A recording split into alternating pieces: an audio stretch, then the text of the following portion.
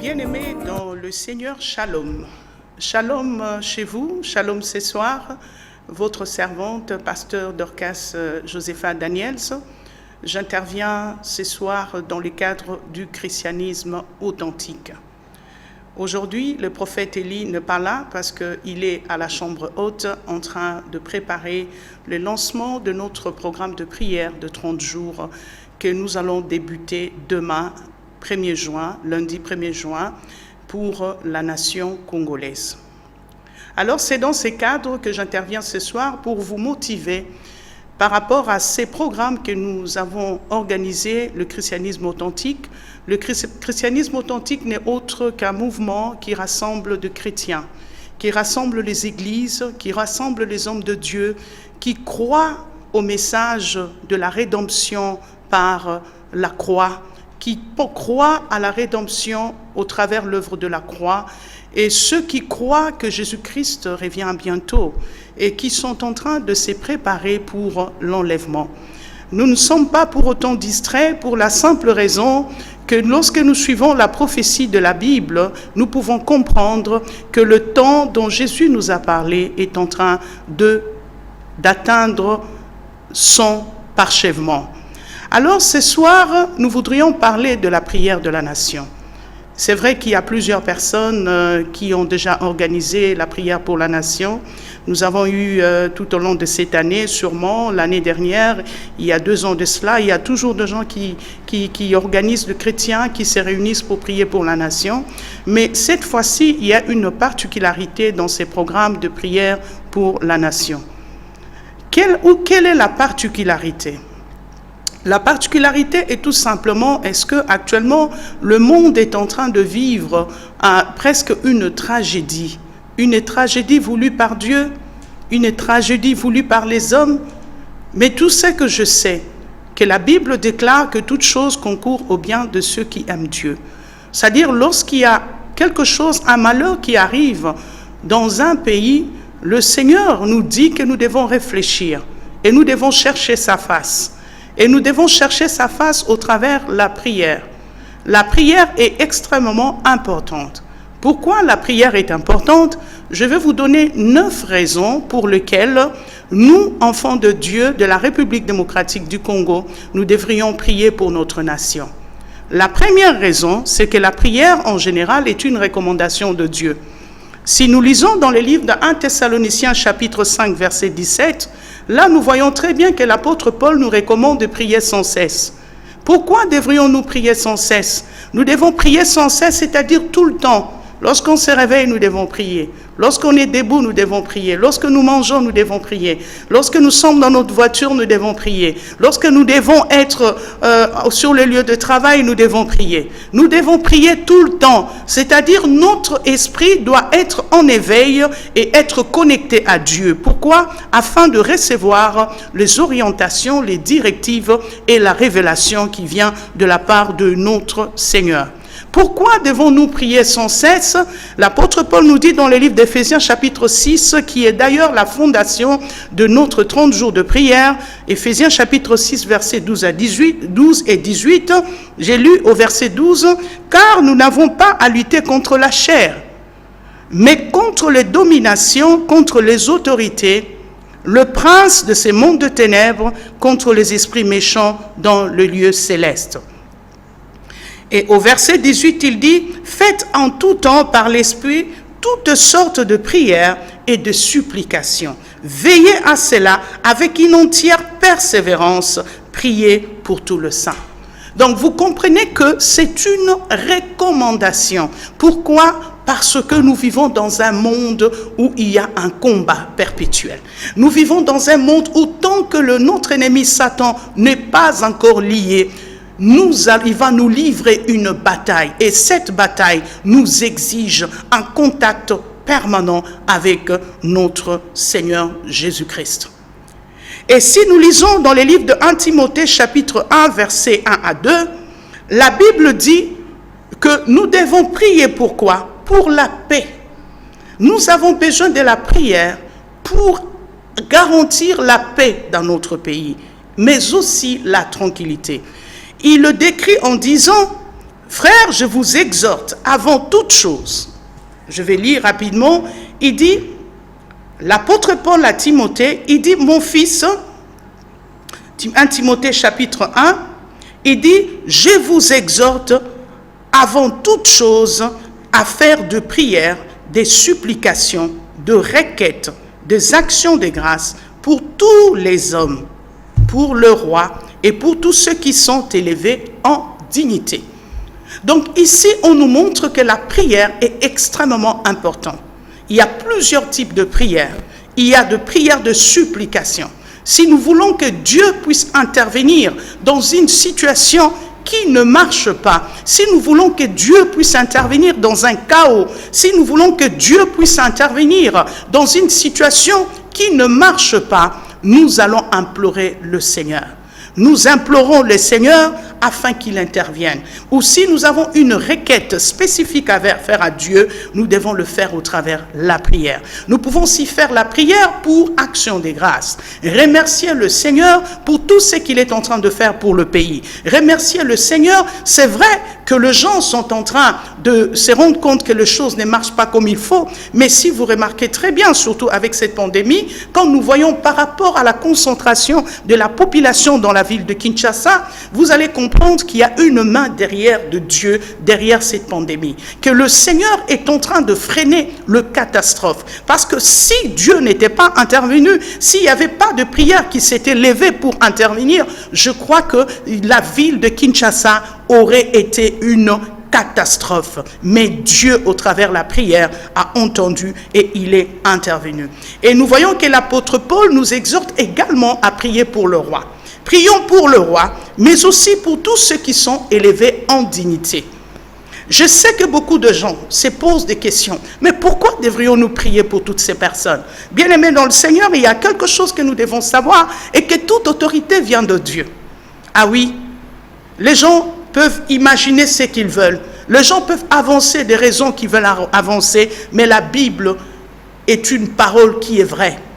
Lorsque la Bible dit que toute autorité vient de Dieu, c'est-à-dire il n'y a rien qui ne puisse arriver dans un pays avec un pourcentage élevé de chrétiens sans que Dieu en soit l'auteur. Si nous ne croyons pas à cela, c'est que nous mettons en doute cette parole de Dieu. Dieu sait pourquoi. Il permet certaines situations qui peuvent arriver dans notre vie et spécialement dans notre pays. Nous devons prier pour eux. Pourquoi? S'il y a des gens qui disent sûrement, mais il y a des gens qui sont corrompus à la tête du pays, il y a des gens qui sont corrompus dans la gestion du pays, il y a des gens qui font des détournements, certes, mais effectivement, vous avez besoin de prier afin que cela s'arrête. Vous devez prier afin que Dieu puisse élever les hommes justes. Parce que la Bible dit la justice élève une nation. Si nous ne prions pas, comment voulez-vous que Dieu puisse susciter des hommes justes? Nous ne pouvons pas croiser les bras, même si les choses vont très mal. Mais nous savons toutes choses, que Dieu contrôle toute la situation. Troisièmement, pourquoi devrions-nous prier pour la nation? Parce que notre bonheur en dépend. La Bible nous dit dans le livre de Jérémie chapitre 29 verset 7 et que nous devrions prier pour notre nation. Nous devrions prier pour la ville dans laquelle nous habitons. Pourquoi? Parce que si nous ne prions pas, cette ville entre dans les chaos. Et bien notre bonheur aussi sera mis en cause. Et c'est la raison pour laquelle nous sommes appelés à prier. Que nous le voulions ou non, nous qui avons des projets, nous qui avons des visions pour ces pays, nous qui avons des projets pour nous-mêmes et pour nos familles, nous avons besoin de faire la prière afin que Dieu oriente les choses en notre faveur. Parce que s'il y a la guerre dans le pays, nous ne pourrions jamais être heureux. S'il y a la guerre dans le pays, nous ne pouvons pas investir. S'il y a la guerre dans le pays, nous pouvons perdre même les êtres le plus cher que nous aimons. Et c'est pourquoi nous devons prier pour ceux qui sont élevés en dignité, afin que Dieu puisse saisir leur cœur et qu'ils puissent prendre des décisions en faveur de la population et de l'intérêt général.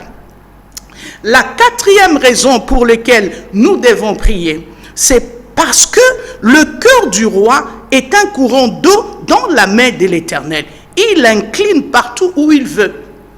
Si nous lisons ça dans Proverbes chapitre 21, verset 1, vous allez voir que le cœur du roi, c'est comme un courant d'eau dans la main de Dieu. Et Dieu peut incliner cela comme il veut. Donc c'est pour nous dire que si nous nous mettons à la brèche, et si nous prions pour la nation, et nous prions pour ceux qui nous dirigent, puisqu'ils sont entre les mains de Dieu, Dieu peut orienter leur façon de voir.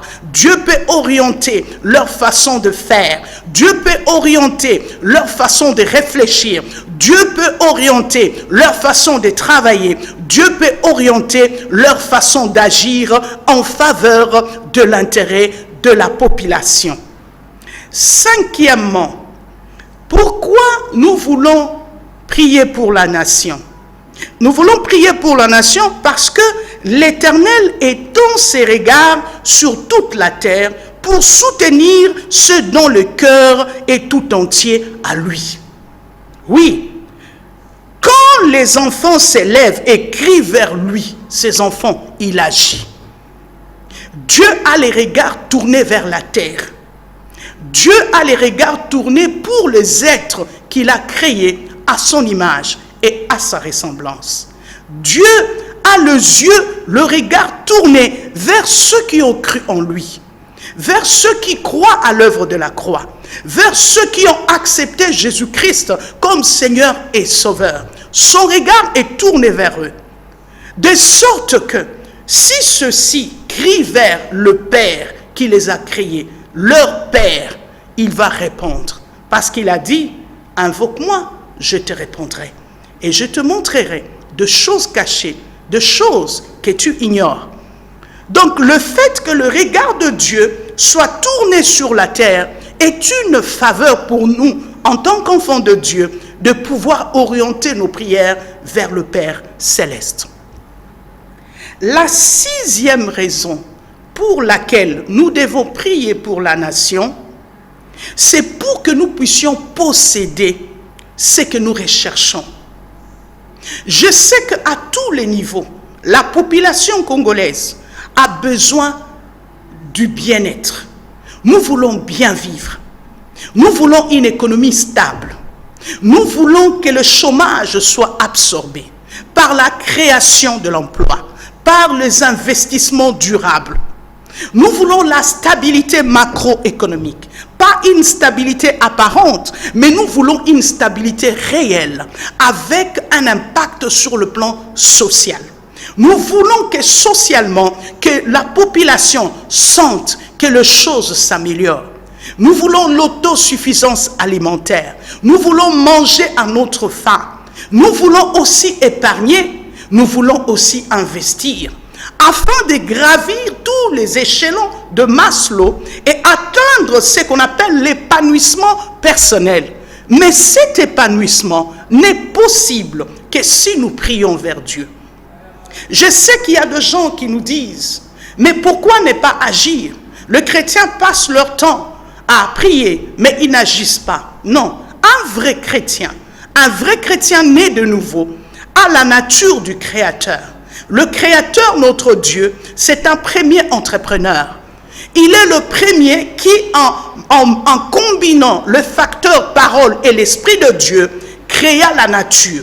Il créa la faune, il créa la flore. Et il créa l'homme à son image et à sa ressemblance. Le Père créateur, il est le maître de la science. La science qui existe provient de Dieu. C'est le premier scientifique que l'humanité n'ait jamais connu, l'Éternel des armées. Donc si tu as la nature de Dieu, tu comprendras tout de suite que tu pourras agir comme a agi Néhémie. Néhémie avait d'un côté la prière et de l'autre côté, il était en train de travailler. Un vrai chrétien est celui qui travaille et qui prie en même temps.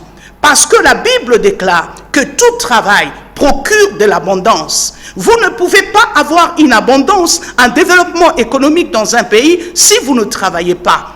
Donc c'est là où on aimerait dire la distinction entre un chrétien et un non-chrétien est que le chrétien, il travaille avec l'intelligence spirituelle.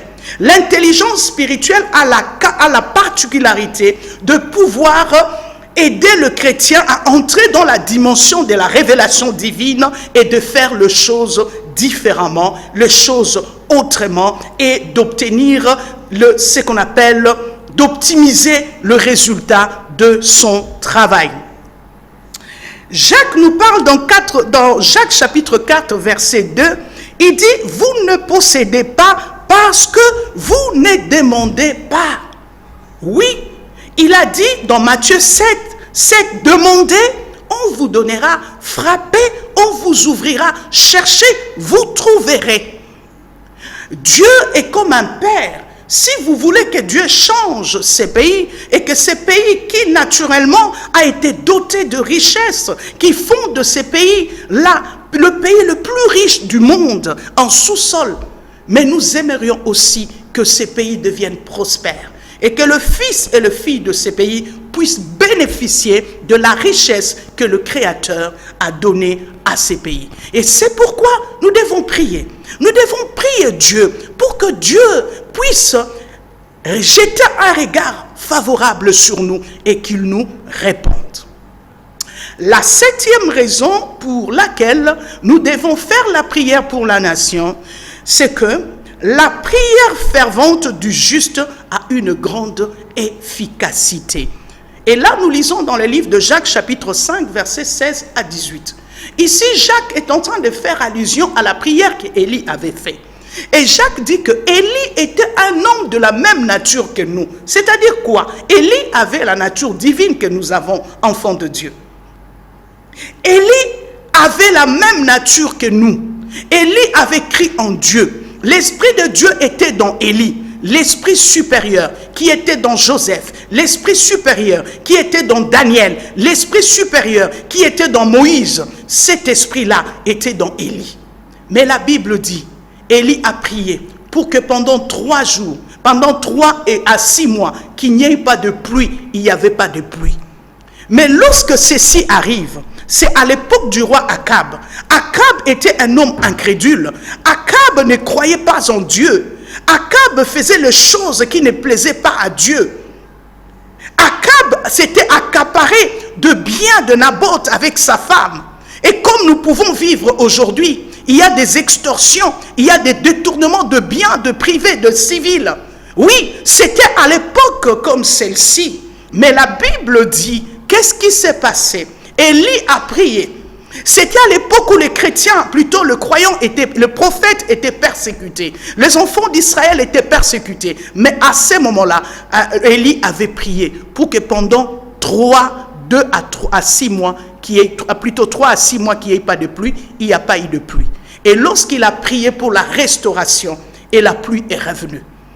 C'est pour vous dire que la prière fervente, c'est-à-dire prier avec ferveur, prier avec détermination, prier avec persévérance, apporte la solution. Et nous avons vu que lorsque Élie a prié, et il a de nouveau plu, la pluie est tombée encore sur Israël. Et la pluie, il a commencé à pleuvoir.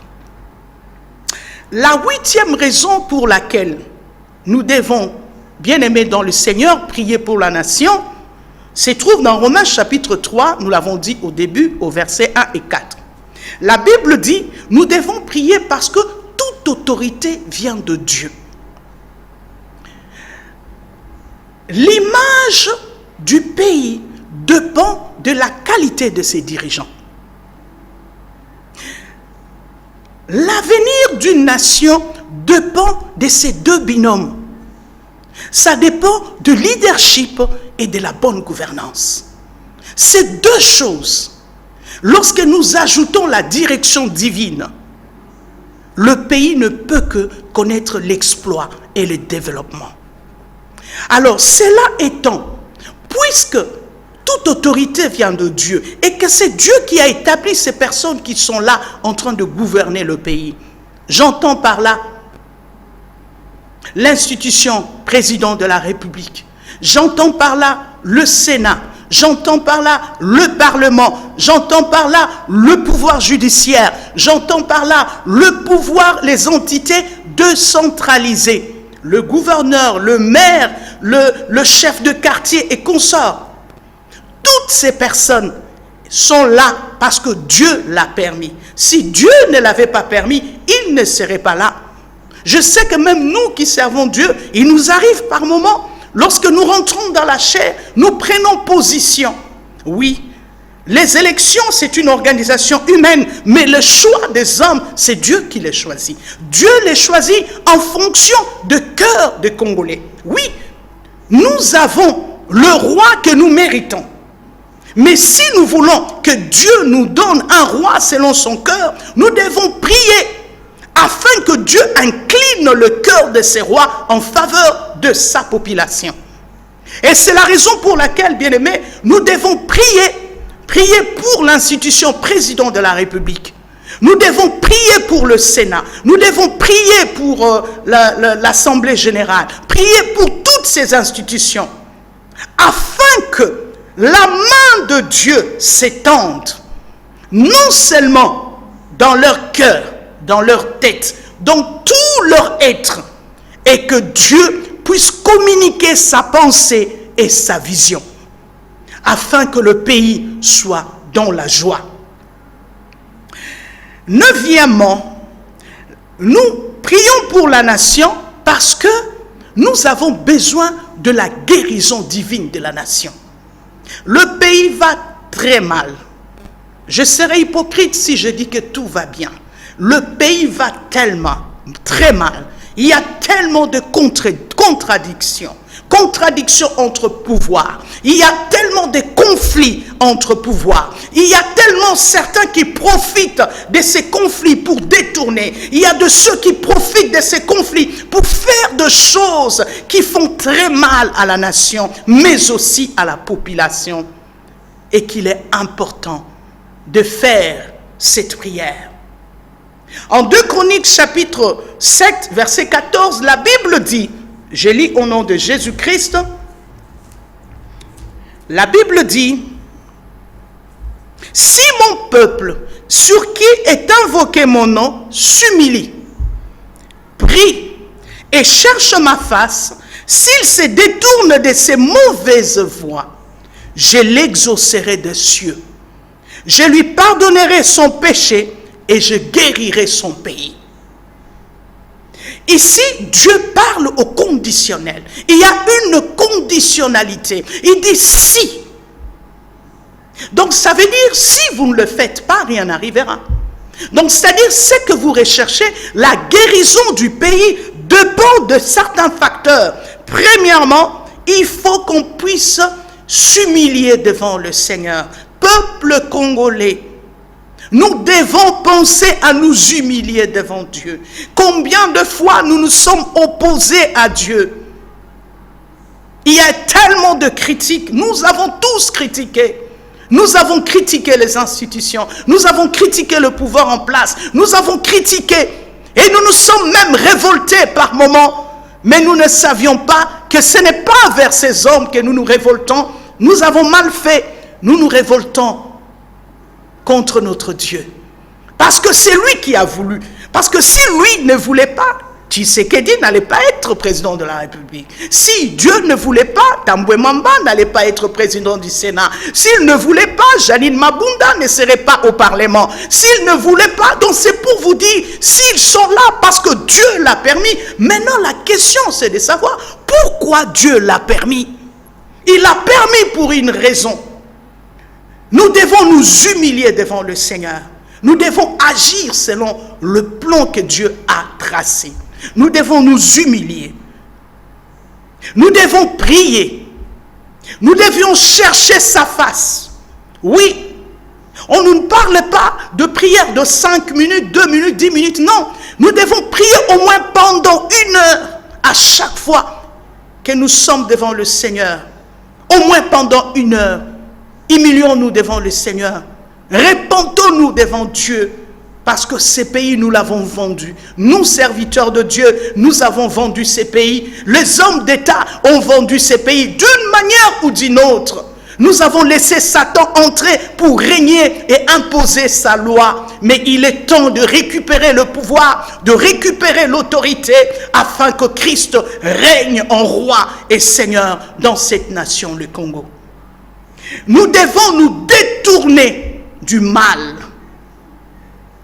Ici, il ne s'agit pas seulement de ceux qui gouvernent, même nous, la population, nous devons nous détourner du mal. Dieu peut avoir permis cela à cause de notre péché qui a atteint le paroxysme. Et Dieu permet que nous soyons en captivité. Nous sommes esclaves dans notre propre pays. Oui, nous les sommes. Nous sommes dans notre pays, mais nous sommes esclaves. Esclaves d'une minorité. Mais il est temps de prier pour cette minorité, afin que Dieu élargisse leur cœur, afin qu'ils aient un regard d'amour envers ces peuples, afin qu'ils aient un regard de changement, de transformation de système et de façon de faire. Et c'est seulement de cette façon que cette nation pourra voir un jour de lumière. Enfin, pourquoi nous devons prier la nation congolaise? Nous devons prier pour la nation, tout simplement parce que c'est une recommandation divine. Nous avons reçu cette recommandation au niveau du christianisme authentique. Le Seigneur nous a parlé clairement. Le prophète Élie est passé en direct pour expliquer la prophétie. Si vous voulez avoir le détail sur cette prophétie, vous pouvez aller sur la page du prophète Élie, n'est-ce pas, prophète Élie Samano, King Sam, vous pouvez aller sur sa page, vous allez lire la prophétie en détail. Dieu a parlé de la menace de la stabilité politique dans le pays. Dieu a parlé de la menace du complot. Dieu a parlé de troubles. Dieu a parlé du plan machiavélique de Satan. Bien-aimés, je ne pense pas que ceux qui gouvernent, leur désir profond, c'est qu'il y ait le trouble dans le pays. Même eux-mêmes ne seront pas dans la tranquillité. Même ceux qui ont détourné dans ces pays, ils ne souhaitent pas qu'il y ait une crise dans le pays parce qu'ils ne seront même pas en mesure de jouir de ces biens-là. Et c'est pourquoi tout le monde est à la quête de la paix. Tout le monde est à la quête de la tranquillité parce que nous voulons vivre paisiblement, nous voulons vivre heureux, nous voulons profiter de la bénédiction que Dieu nous a faite au travers de ces pays. Et c'est la raison pour laquelle tous, en commençant par le chef de l'État, le président du Sénat, le président de l'Assemblée nationale, le pouvoir judiciaire, ou que ce soit, tout celui qui croit en Dieu, tout celui qui croit en l'œuvre salvatrice de la croix, nous devons tous nous humilier. Et c'est la raison pour laquelle, durant tous ces mois de juin, à partir du 1er au 30 juin, nous sommes en prière pour la nation. Nous sommes à genoux, lundi, mardi, mercredi, jeudi, jusqu'au samedi. Et chaque jour, nous prions le matin 1 heure, à midi 1 heure, le soir 1 heure. Bien-aimés dans le Seigneur, suivez ces programmes. Il y a eu tellement de révélations. Nous sommes passés pour vous annoncer ces messages pour la simple raison qu'il y a plusieurs qui ont déjà reçu ces messages. Et voici une opportunité pour nous, enfants de Dieu, de la République démocratique du Congo, qui sont ici au pays et ailleurs, de nous réunir pour prier, de nous humilier, de nous repentir de nos fautes, afin que Dieu puisse guérir notre nation. Nous avons besoin de la guérison de ces pays et Dieu a intérêt pour la simple raison où il a dit qu'il est au Congo. Ses pieds se sont placés au Congo, afin que du Congo parte l'évangile pour être annoncé jusqu'aux extrémités de la terre. Nous sommes arrivés vers la fin, mais j'aimerais vous donner quelques sujets de prière. Nous allons prier pour toutes les personnes élevées en dignité, pour le président, le Sénat, le Parlement, le pouvoir judiciaire, que Dieu leur donne un bon cœur pour qu'ils agissent non pas pour leurs propres intérêts, mais pour d'abord l'intérêt de la nation. Qu'ils recherchent constamment la paix et la justice dans le pays. Que l'amour de Dieu se répande dans leur cœur pour notre pays, le Congo, et pour le peuple congolais. Le deuxième sujet de prière pendant ces 30 jours, nous allons prier pour l'entourage de nos autorités, afin que Dieu leur donne des collaborateurs intègres et compétents. Que Dieu élève le juste dans ces pays, que Dieu écarte de leur entourage toute forme de médiocrité. Troisièmement, nous allons prier pour que le pays, la paix règne dans le pays, pour l'intégrité territoriale, pour la disparition de la rébellion, pour que Dieu mette fin à l'exploitation illégale de nos richesses par une minorité écrasante. Et nous voulons aussi prier pour que Dieu puisse faire de sorte qu'aucune loi contre la liberté des rassemblements des chrétiens ne soit adoptée au Parlement. Nous allons prier aussi contre toute loi qui vise à détruire l'intégrité morale du pays. Nous allons prier pour la sécurité du pays, de nos biens, de tous ceux qui nous sont chers. Nous allons prier pour que Dieu dirige le Congo au travers le président actuel, Félix Antoine Tshisekedi, que l'Esprit de Dieu entre en lui afin qu'il dirige le pays selon l'Esprit de Dieu, la puissance de Dieu, et qu'il ne se détourne pas de Dieu à qui il a confié cette nation. Au nom puissant de Jésus-Christ, prions. Père, nous te disons merci. Tu es Alpha, tu es Oméga. Nous te disons merci pour ces moments passés devant ta présence et nous prions que ces programmes soient respectés au nom de Jésus-Christ. Amen. Merci beaucoup, bien-aimés dans le Seigneur. Nous allons vous retrouver dans un autre numéro. Que le Seigneur vous bénisse. Amen.